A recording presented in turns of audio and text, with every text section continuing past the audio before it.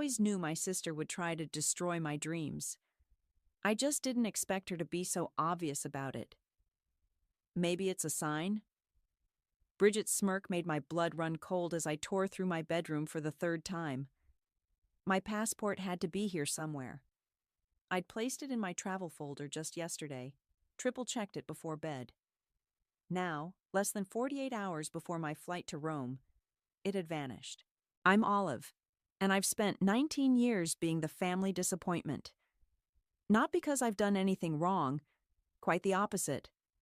I study too hard, dream too big, and worst of all, I refuse to accept that my younger sister is the sun our family orbits around. "Mom!" I called out, trying to keep my voice steady. "Have you seen my passport?" "Honey, you probably misplaced it." Mom's voice drifted up from downstairs, dripping with that familiar condescension. "You know how scattered you get when you're stressed." I caught Bridget's reflection in my mirror as she leaned against my doorframe, twirling a strand of her perfect blonde hair. "You know, Olive, maybe this is God's way of telling you to stay home. You're not exactly international material." The scholarship letter on my desk begged to differ. Full ride, prestigious global policy program, selected from thousands of applicants. I'd kept it secret until the last possible moment, knowing what would happen when I told them. "I got into the program fair and square," I said, my hands shaking as I checked my drawer again. "Why can't you just be happy for me?" "Oh, I'm always happy for you," Bridget cooed, stepping into my room uninvited. "I just worry. Remember your science fair project? How it mysteriously caught fire the night before? Or your prom dress that somehow got bleach on it? You're just so unlucky." My jaw clenched. Those weren't accidents, and we both knew it. Just like my missing passport wasn't an accident. "Olive!" Dad's voice boomed from downstairs. "Family meeting. Now." I followed Bridget down to our pristine living room, where Mom and Dad sat like judges ready to deliver a verdict. Mom's cross necklace caught the light as she patted the space beside her. "Sweetheart, we need to talk about this scholarship situation." "There's nothing to talk about," I said, remaining standing. "I earned this. I'm going." "Without a passport?" Dad raised an eyebrow. "Be realistic, honey. Maybe this is a blessing in disguise. You're not ready for something like this." "I'm more than ready." "She's just jealous," Bridget cut in, her voice trembling with fake tears. "Ever since I got asked to be youth pastor, she's been trying to one-up me. Now she's making up stories about missing passports to get attention." "I'm not making anything up." But even as I said it, I watched Mom pull Bridget into a hug, shooting me that look, the one that said I was being difficult again, causing problems, hurting my sister. "Olive," Mom sighed, "sometimes God closes doors for a reason. Remember what Pastor Mike said about contentment?" I felt something snap inside me. Not violently, more like a quiet click, a lock turning. "You're right," I said, surprising them all. "Maybe I should pray about it." "That's my girl," Dad smiled, relieved I was finally being reasonable. "I think I need some time alone," I added, heading for the stairs, "to process everything." "Of course, sweetie," Mom called after me. "I'll bring you some tea later." Back in my room, I closed the door and pulled out my phone. My hands weren't shaking anymore as I typed a message to Jamal. "Plan Alpha is a go." His response came instantly. "Backup passport ready. You sure about this?" I glanced at my window, where I could see Bridget in her room across the yard, already on FaceTime with her friends, probably spreading the news of my latest failure. She caught my eye and blew me a kiss. I thought about all the years of sabotage, the constant gaslighting, the way they'd tried to clip my wings while praising Bridget for every minor achievement. They thought they had me figured out, the quiet, compliant eldest daughter who would eventually accept her place in their shadow. They had no idea what was coming. "Absolutely sure," I texted back. "See you at 5 a.m. I heard Mom's footsteps on the stairs, probably bringing that tea she promised. Time to play my part one last time. After tomorrow, they'd learn that some doors aren't meant to be closed, and that underestimating me was their biggest mistake. I wiped my face, ready to look appropriately devastated when Mom knocked. Let them think they've won. In less than 48 hours, they'd realize just how wrong they were about everything, especially about me. Mom's tea sat untouched on my nightstand, growing cold while I pretended to sob into my pillow. Through my bedroom wall, I could hear Bridget's theatrical phone conversation. "I just feel so bad for her," she was saying. "She's always been, you know, fragile." I checked my phone. 9:47 p.m. Time to set the next phase in motion. I walked downstairs, making sure to drag my feet just enough to sound dejected. "Mom? Dad? Can we talk?" They were in their usual spots. Dad in his recliner, Mom on the couch with her devotional book. They exchanged that look they always shared when dealing with my episodes. "Of course, sweetheart." Mom patted the couch. "We've been worried about you." I sat down, clutching my phone like a lifeline. I need to know if you've seen my passport. The one I lost a few months ago?" Dad's head snapped up. "Months ago? What do you mean, months ago?" "Oh," I said, letting my voice waver. "I guess I never mentioned it. I lost it back in March, right after I got the scholarship news. I was so embarrassed." Mom's face tightened. "March? But you just got the scholarship letter last week." "Actually," I pulled up my email, "I got it in February. I just didn't know how to tell you." "You've been lying to us?" Dad stood up, his face reddening. "For months? Like how you're lying about taking my passport?" I shot back. Bridget appeared in the doorway, right on cue. "How dare you accuse us?" "Mom, Dad, she's just trying to blame everyone else for her mistakes. Again." "I'm not stupid," I said, standing up. "You've been sabotaging me for years. The science fair project? I saw you in the garage with matches the night before. My prom dress? You were doing laundry right before it got accidentally bleached. You're being ridiculous." Bridget's eyes filled with tears. "Mom, make her stop." "Olive," Mom's voice turned sharp, "apologizing to your sister right now?" "No." The word came out calm, certain. "I'm done apologizing for existing. That's enough." Dad slammed his hand on the coffee table. "Go to your room until you can show some respect." I turned to leave, then paused. "You know what's funny?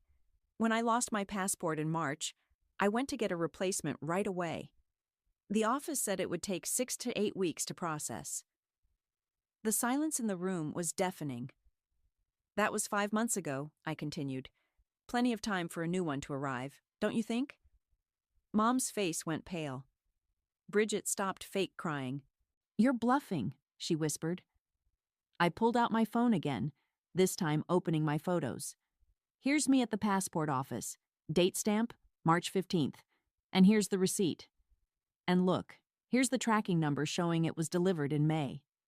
"If you have another passport," Dad said slowly, "where is it?" I smiled. "Somewhere safe, where none of you can get to it."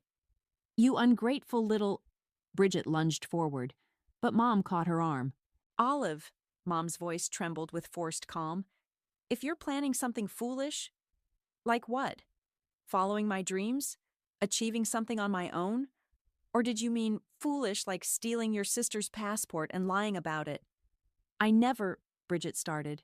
"Save it," I cut her off. "I don't need the passport you took. I don't need your approval. And I definitely don't need your prayers." I headed for the stairs, but Mom called after me. "We only want what's best for you." I turned back one last time. "No, you want what's easiest for you. There's a difference." Back in my room, I locked the door and pulled out my laptop. A message from Jamal popped up. "Everything's set for tomorrow. You okay?" I thought about the years of gaslighting, of being told I was overreacting, imagining things, being difficult. I thought about Bridget's innocent act, Mom's religious manipulation, Dad's dismissive sighs. "Better than okay?" I replied. They finally showed their true colors. My phone buzzed with texts from Bridget. You're making a huge mistake. Mom and Dad are really upset. Why do you always have to ruin everything? Please don't do this to our family. I blocked her number. Through the wall, I could hear her having another meltdown, Mom and Dad rushing to console her.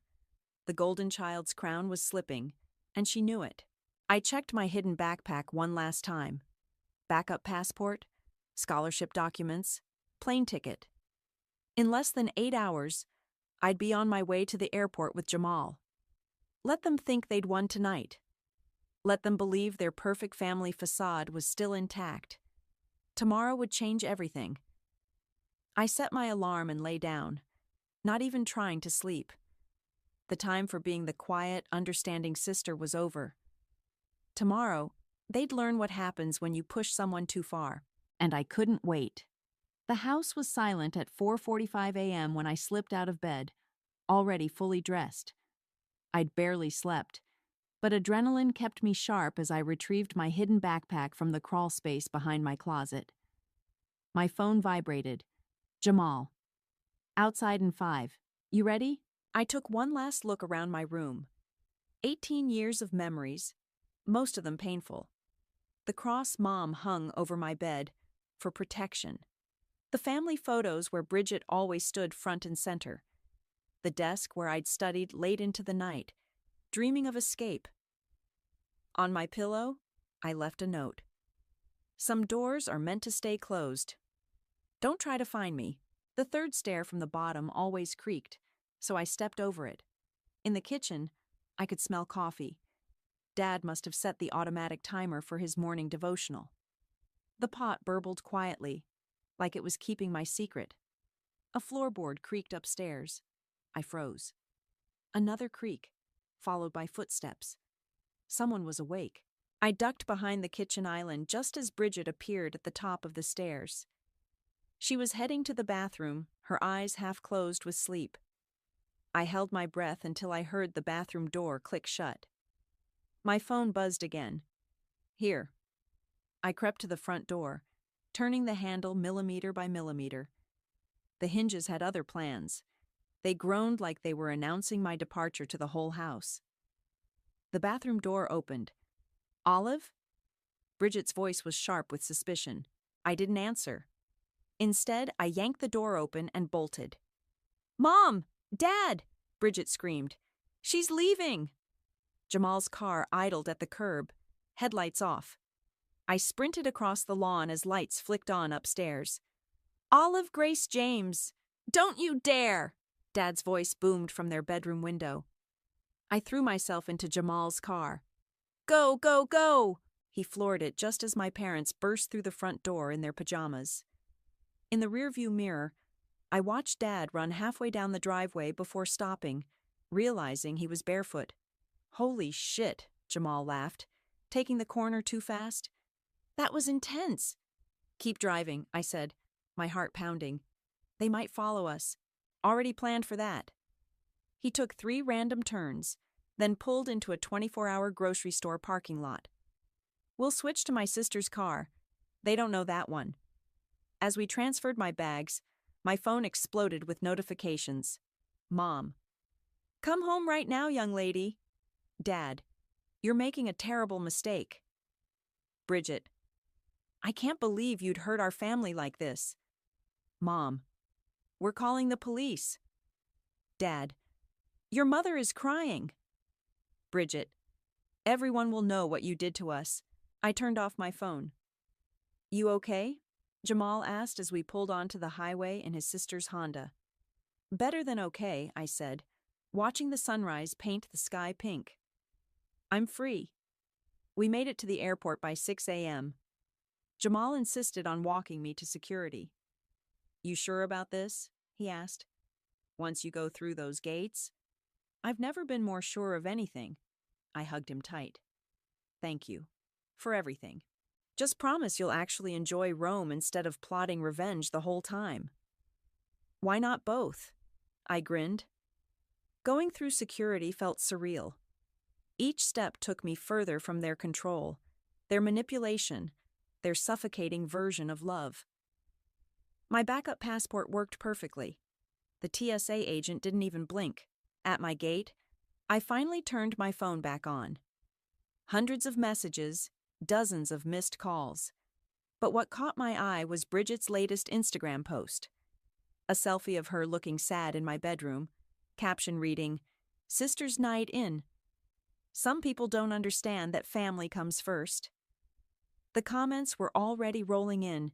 "You're such a good sister. She doesn't deserve you. Praying for your family." I smiled and opened my own Instagram, unused for months. I posted a single photo, my boarding pass to Rome, with the caption, "Some people don't understand that freedom comes first." Then I turned off my phone, tucked it away, and watched through the terminal window as my future arrived in the form of a Boeing 747. "Now boarding flight 1852 to Rome," the announcer called.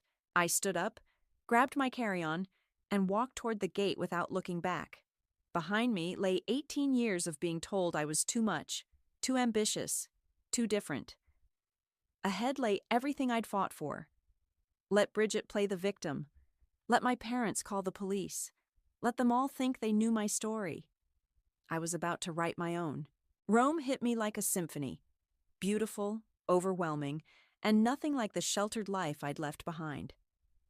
Standing outside Leonardo da Vinci International Airport, I finally turned my phone back on. The messages had evolved from threats to bargaining. "Mom, please just let us know you're safe." "Dad, we can work this out as a family." "Bridget, you're being so selfish." Mom hasn't stopped crying. A new text popped up from an unknown number. "Hi, Olive. I'm Eva from the scholarship program. I'm your assigned mentor. Look for the red scarf at arrivals." I spotted her immediately. Tall, confident, wearing a bright smile along with that red scarf. "You must be our American rebel," she said, pulling me into an unexpected hug. "The program coordinators told me about your family situation. Don't worry, we've got your back."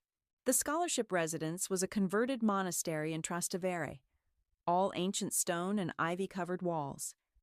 My room overlooked a courtyard where students from around the world sat discussing politics and philosophy. "Global policy orientation starts in an hour," Eva said, helping me with my bags. "Fair warning, they're throwing you right into the deep end. The UN ambassador to Italy is giving the opening address." I must have looked terrified because she laughed. "Relax. From what I've seen of your application, you're more than ready." The orientation room was packed with scholars and diplomats. I found a seat near the front, trying to look like I belonged.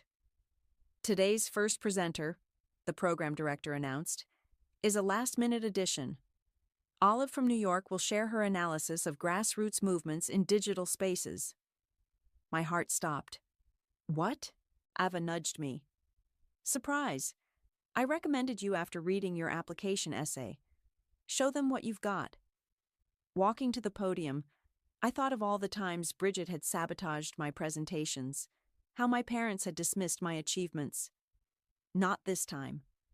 I took a deep breath and began. Social media isn't just changing how we communicate.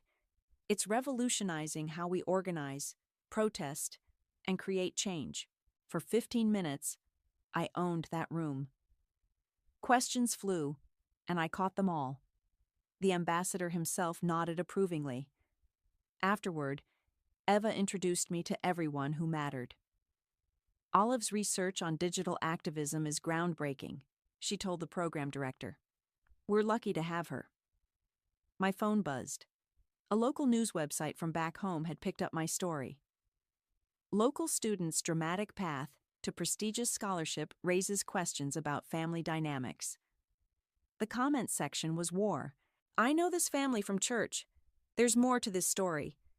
Good for her for breaking free. What kind of sister steals a passport?" Then I saw Bridget's latest post. A tearful video about praying for those who abandon their families. The comments were less sympathetic than usual.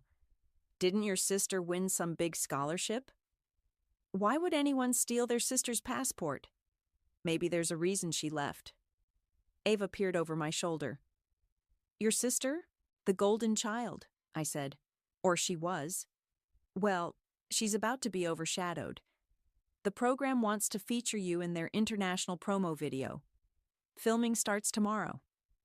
My hands shook as I realized what this meant. Back home, they'd be forced to watch me succeed. No more hiding my achievements. No more pretending I was the problem. That night, I sat in the courtyard with other scholars, sharing stories over wine and pasta. For the first time, I felt seen, understood, valued. My phone lit up with a news alert. Rising Leader Award nominee, announced, Olive from New York, selected for global innovation. Ava appeared with a bottle of champagne. Congratulations, though you might want to check your email first. The program director had written, Your presentation today was exceptional. We'd like you to speak at the award ceremony next month. International press will be present. I imagined Bridget's face when she saw the news. Mom and Dad trying to explain to their church friends why they never mentioned their daughter's achievements. You're smiling, Eva observed. Thinking about home? Thinking about justice, I replied. She clinked her glass against mine. To justice, then, and to the family we choose. Under the Roman stars, surrounded by people who celebrated instead of suppressed me, I felt something shift. This wasn't just about revenge anymore. It was about becoming who I was always meant to be. My phone buzzed one last time. A text from Dad. We saw the news. We need to talk.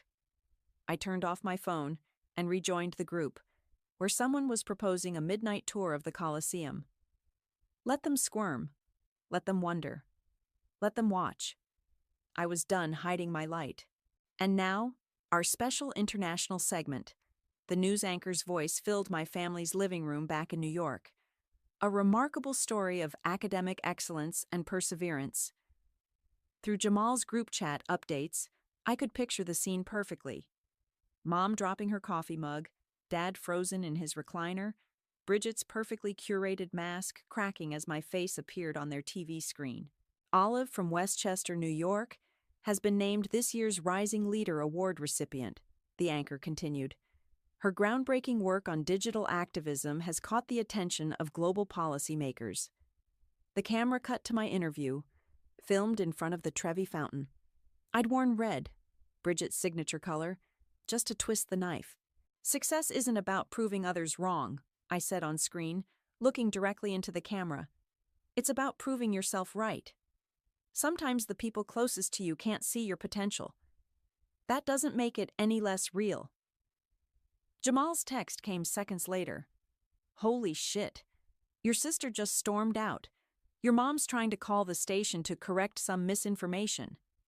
The local Facebook groups were exploding. Isn't that the James family's daughter? Their church always made it sound like she was troubled.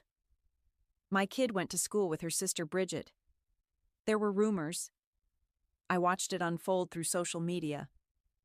Bridget's carefully constructed image was unraveling in real time. You said she wasn't going anywhere. Bridget's voice echoed through their house, according to Jamal's play-by-play. You said she'd fail. Mom's damage control started immediately.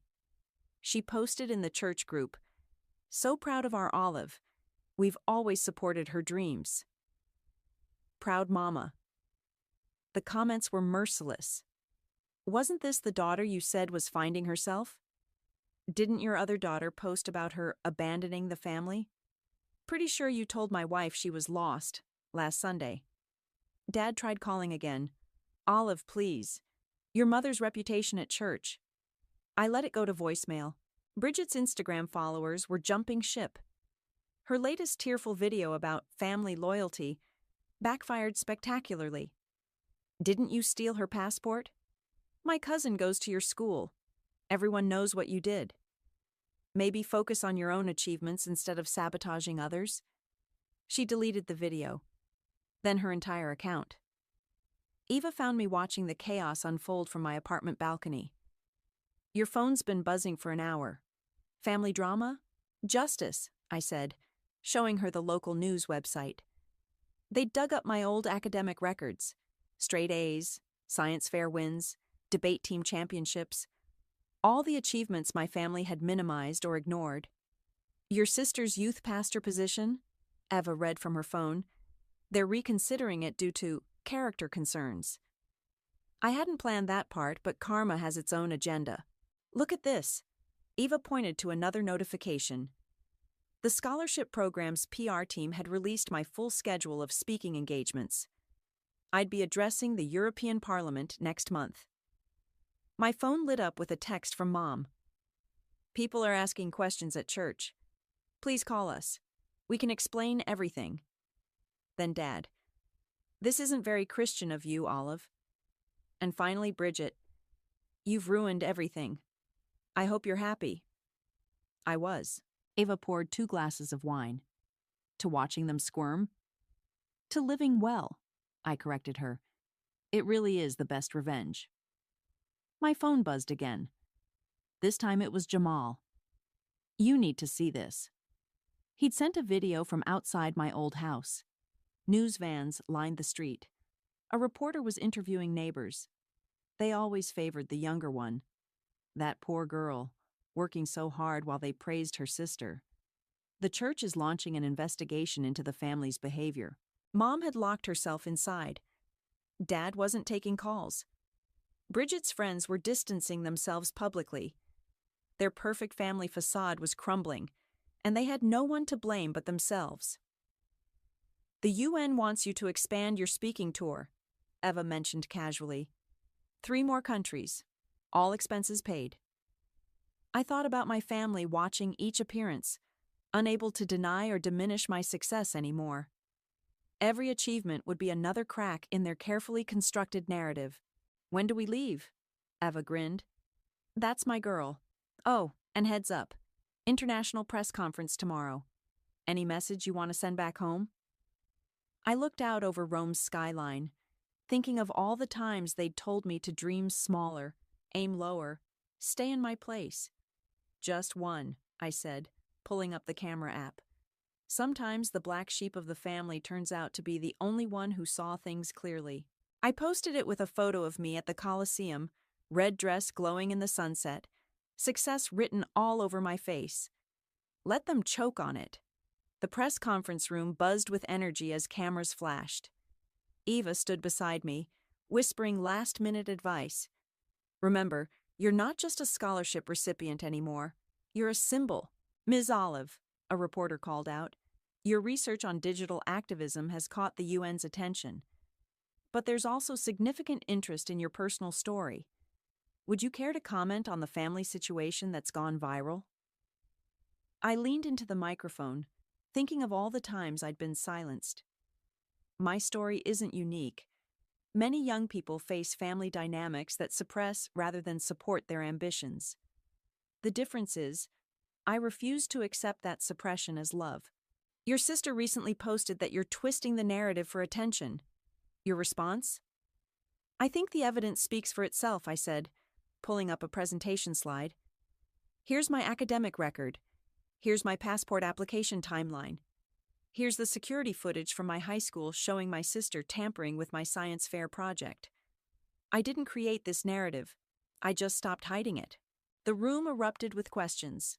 Through the live stream comments, I could see my hometown reacting in real time. Sources say your parents are claiming they always supported your dreams, another reporter pressed. Yet we have multiple church members stating otherwise. I have 18 years of receipts, I replied calmly. Would you like to see them? Back home, Bridget's carefully constructed world was imploding. Jamal sent me clips from her latest youth group meeting.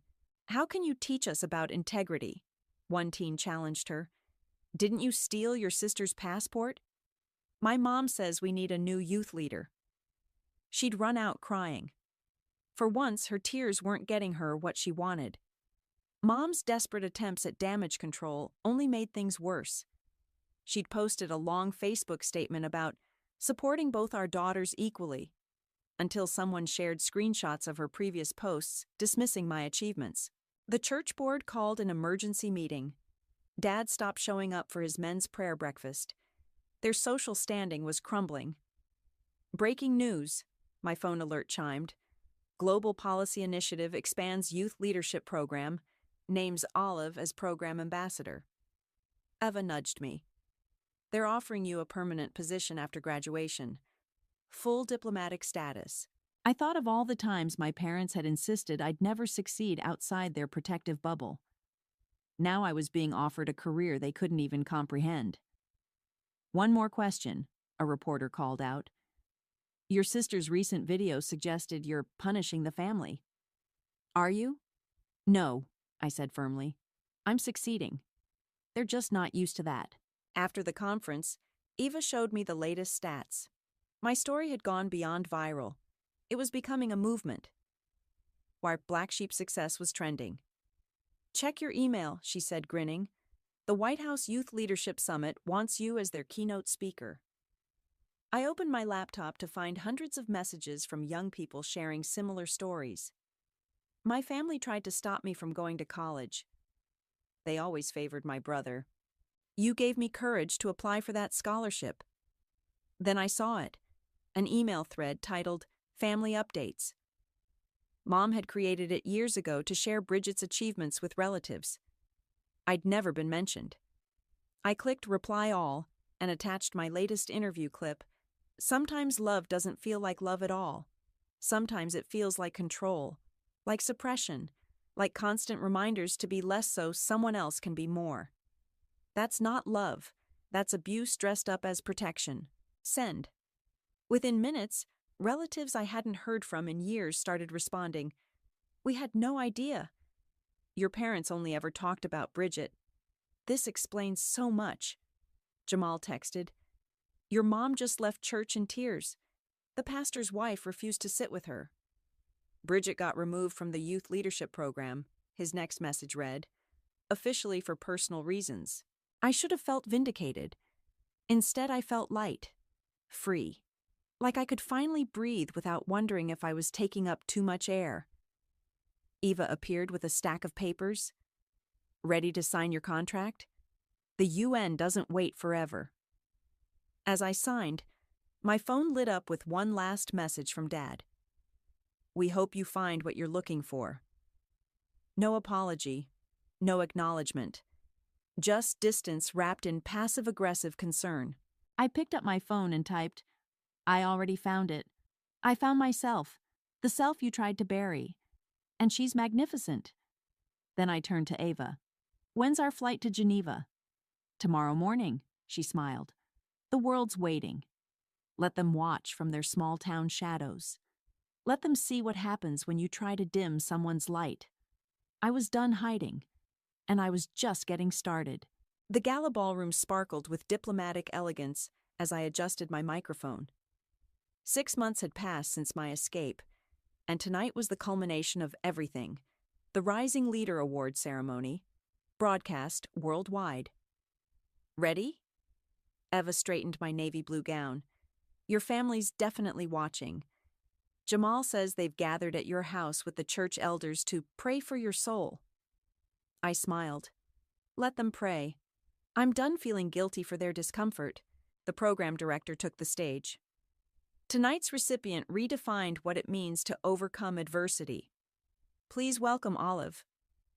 Walking to that podium, I remembered every dismissive comment, every sabotaged opportunity, every time they'd told me to be less. Not tonight. Success stories usually start with, I had a dream, I began. Mine starts with, I had a backup passport. Gentle laughter rippled through the crowd. We talk about toxic relationships, but rarely about toxic love. The kind that clips your wings while claiming to protect you. The kind that praises mediocrity in one child while punishing excellence in another. In the audience, I spotted several ambassadors leaning forward, nodding. My sister stole my passport to stop me from being here tonight. My parents supported her decision, calling it God's will. But here's what they never understood. Sometimes love doesn't feel like love at all. The cameras panned across the rapt audience.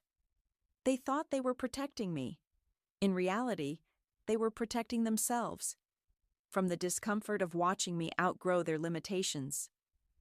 My phone buzzed silently in my clutch. Jamal's update. Your mom just left the room crying. Bridget's trying to live stream a response but keeps getting error messages. To every young person being told to dream smaller, I continued, to accept less, to stay in their place. You don't have to set yourself on fire to keep others warm. Your potential isn't a threat to anyone except those who want to control you. Ava gave me a thumbs up from the side stage. Tonight I accept this award not just for myself, but for every black sheep who refused to graze where they were told. For every scapegoat who decided to soar instead of suffer. The applause started building. And to my family, watching from home, I paused, letting the weight of the moment settle. Thank you. Your attempts to contain me only proved how much space I was meant to take up. Your fear of my light only showed how brightly it could shine. Standing ovation, camera flashes, tears in the audience. Later at the reception, my phone exploded with notifications. Bridget had finally managed to post her response video. My sister's speech was a cruel attack on our loving family, she sobbed. We only wanted what was best. The comments cut her off. Give it up, sis. Return the passport yet? Your act isn't working anymore. She deleted it within minutes. Ava appeared with a group of UN officials. They want to expand your speaking tour. Asia, Africa, South America. Your story is resonating globally. My phone lit up with a text from Mom. We hope you find what you're looking for. The same message as before. Still no apology. Still no acknowledgement. I handed my phone to Eva. Block their numbers. All of them. You sure? They're not watching to understand. They're watching to find weaknesses, to prove they were right about me all along. I'm done performing for their approval. A reporter approached with one last question. What makes you most proud of your journey? I thought about the scared girl who'd hidden a backup passport, the sister who'd endured years of sabotage, the daughter who'd been told her dreams were too big. That I got here on my own, I said, even when no one believed I should. After the cameras left, Eva found me on the balcony. Your story's been picked up by major networks. They're calling you the voice of a generation. And my family? Your aunt called the program office. Apparently your parents are taking a break from church leadership to focus on family healing. I laughed. Translation? They can't handle the public scrutiny. And Bridget? Lost her youth pastor position, her social media influence, and her perfect daughter crown. Turns out karma doesn't take prayer requests. Eva handed me a glass of champagne. To the black sheep? To freedom, I corrected her, and to never looking back. Below us, Rome glittered like a sea of possibilities. Somewhere in New York, my family was probably crafting their next narrative about their lost daughter. But I wasn't lost. For the first time in my life, I was exactly where I was meant to be. And I was never going back to being small. The interview questions glowed on my laptop screen as I settled into my hotel suite in Geneva. A global youth magazine wanted my take on family dynamics and personal growth. The usual softball questions, until the last one caught my eye. Was revenge worth the cost of losing your family? Ava lounged on the couch nearby, scrolling through our schedule. You don't have to answer that one. Actually, I do. I began typing. Revenge implies I acted out of spite. I simply stopped accepting their version of love as the only version possible. The real question isn't whether revenge was worth it. It's whether freedom is worth the price of admission. My phone buzzed. Jamal had sent a local news clip. My parents' church was splitting over differing interpretations of family values. The pastor who'd once praised their parenting had publicly questioned their methods. Your mom tried joining a new church, Jamal texted. They Googled her first.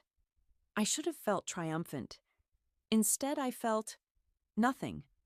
No satisfaction, no regret, just peaceful detachment. Ms. Olive? A knock at my door. The UN Secretary General moved up your meeting. Cars waiting downstairs.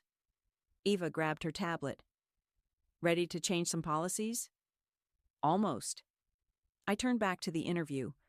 Success isn't sweet revenge. It's proof that their limitations were never mine. Their small dreams were never my ceiling. Their fear was never my future. The hotel lobby bustled with diplomatic activity. As we waited for the elevator, I noticed a mother and daughter arguing nearby. "But I don't want to be a lawyer," the girl protested. "I want to study art." "We're not having this discussion," the mother hissed. "Family tradition."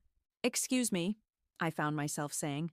Both turned, recognizing me instantly. "You're that speaker," the mother said. The one whose family tried to clip her wings." "Yes." I turned to the daughter. "Let me guess. They say they're protecting you?" The girl nodded, wide-eyed. "Protection that feels like a cage isn't protection at all." I handed her my card. "Email me. I know some great art schools in Rome." The mother opened her mouth to object, then stopped, something shifting in her expression. In the car, Eva raised an eyebrow. "That was new." "Maybe that's the real revenge," I said. "Helping others avoid what I went through." My phone lit up with a notification. Bridget had posted for the first time in months. To my sister, "I'm sorry. Not for the cameras, not for likes. Just sorry. I was wrong." Comments poured in. Character growth. Finally, some honesty. Takes courage to admit fault. I clicked her profile. Her bio had changed.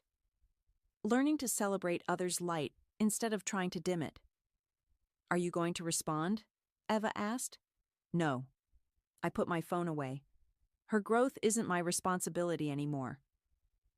At the UN building, an aide rushed up. "The Secretary General asked if you'd share your personal story before discussing policy." I thought about that scared girl with a backup passport, about Bridget's first genuine apology, about that mother in the lobby, reconsidering her stance. "Tell him I'll share something better," I said. "I'll share what comes after survival."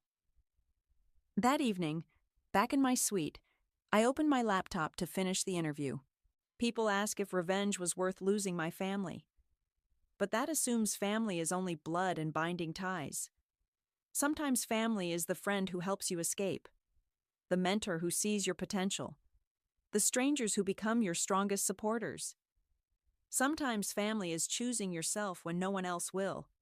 And sometimes, the greatest revenge isn't making them sorry, it's making them irrelevant to your happiness.